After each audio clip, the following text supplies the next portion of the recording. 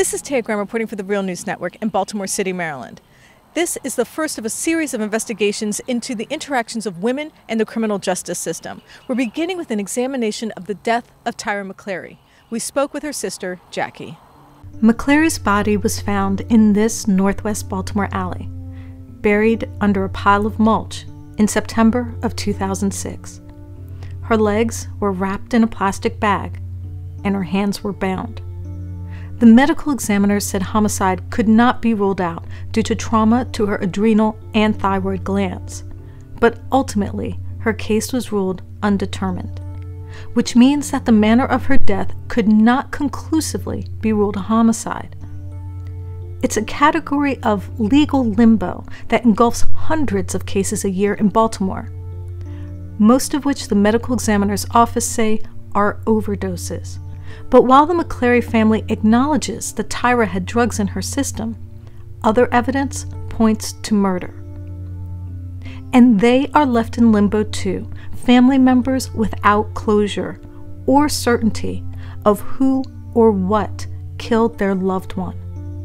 This is their story and tale of the life and death of Tyra McClary. Growing up, she was in and out of my life, but she lived in the home. She was like, you know, battling with addiction, but like she always tried to do good by me, make sure everything that I wanted was taken care of, never missed a meal, had great birthdays and great Christmases. She was amazing to me. Like, even with all the bad that probably the world saw in her, she was like the best person to me. She was just always a good person. That was just like my baby. Okay. So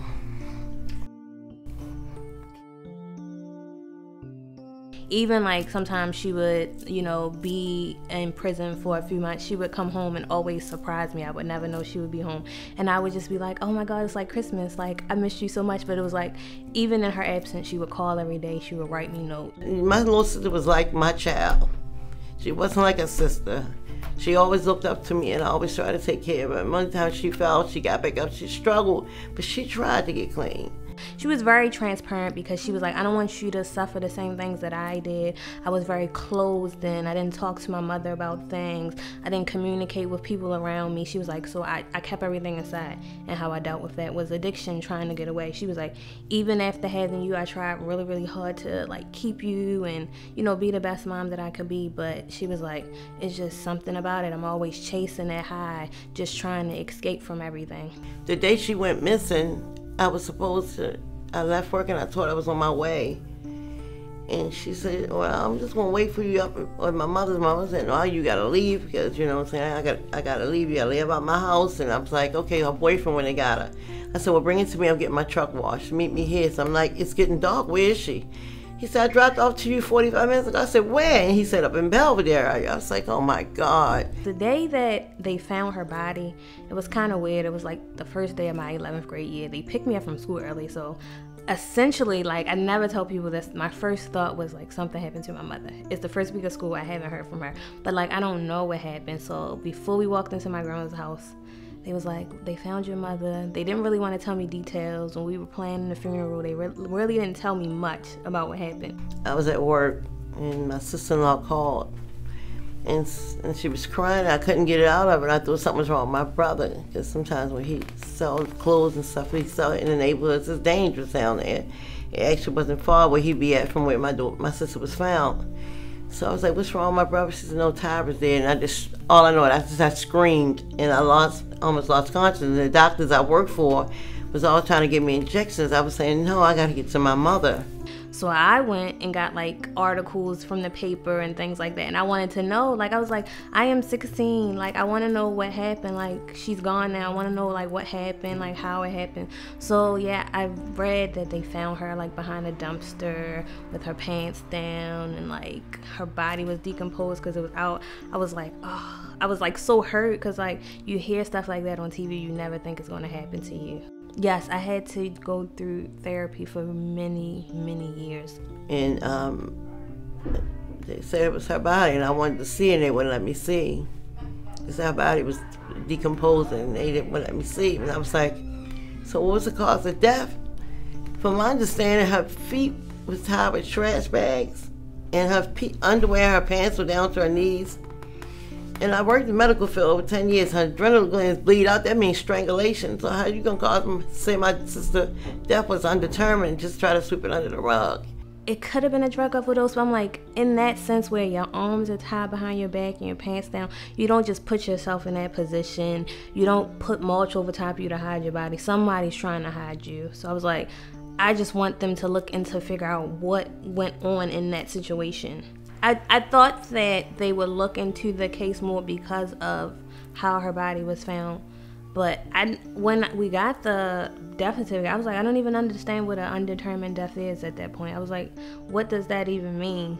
You know, that was our baby sister. And they killed her like that and just left her.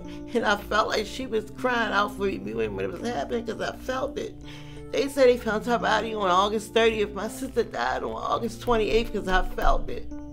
But it just was bothering that it clearly looks like a homicide. It smells like a homicide. Like, why wouldn't it be investigated as such? And then somebody was using her checks, and they wasn't pursuing it. I was like, well, why y'all don't follow up? They're using her checks. Somebody's using her checks in the store, trying to use her checks, her paychecks, her personal checks.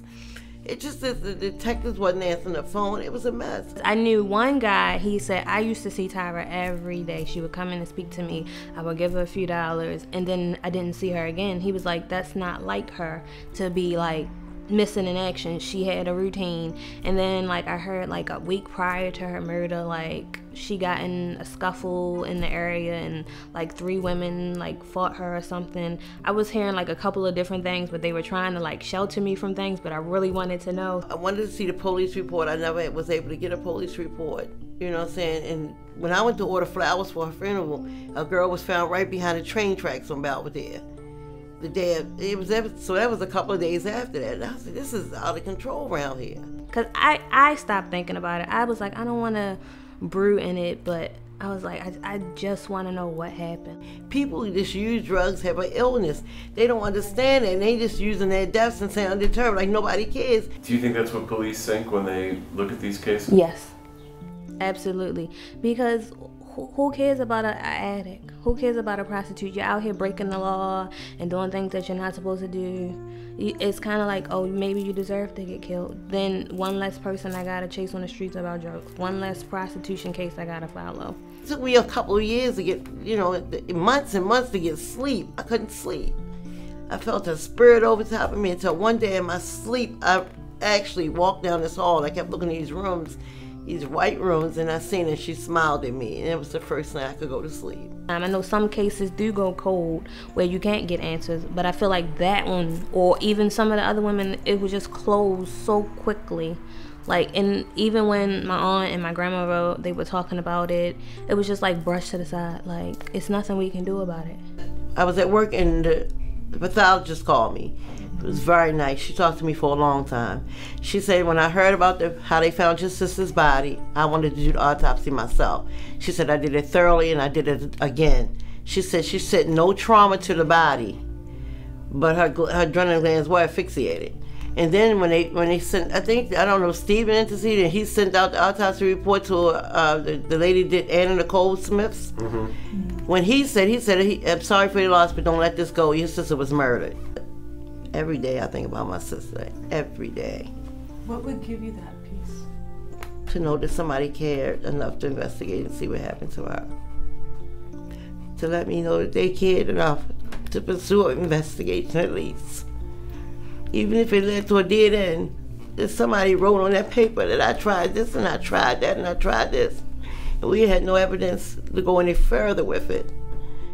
I want to see the pictures. I want to see it all. I want to see what they didn't see. What am I saying that you don't see here? Because if she was found, like you say she was found, some evidence got to be somewhere.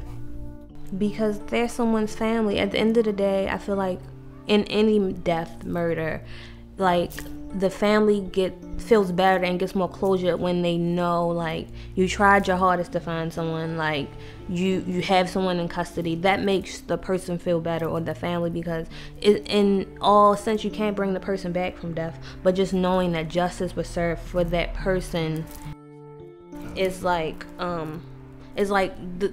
what brings you to peace. I feel like that gives you a sense of, okay, now I know that this person is off the streets because they killed such and such, or whatever the case may be. It's just like, that's somebody's family. They mean something to someone, like somebody else, even if it's like a addict or a prostitute. That was someone.